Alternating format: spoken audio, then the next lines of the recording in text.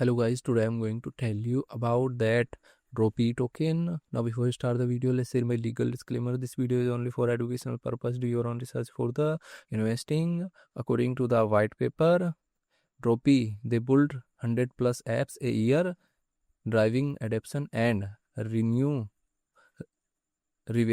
to Dropee, led by a unicorn founder and ex-president of Voodoo and EA.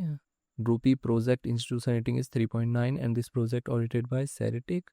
Dropee token total supply is 1 billion and circulating supply is around 100 million Dropee token.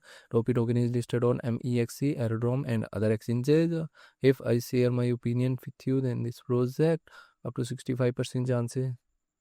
If I share my opinion with you, then this project up to 70% chances that it is a legit or good project. So guys, don't take my opinion as a financial advice. Do your own research for the investing. Thanks for watching.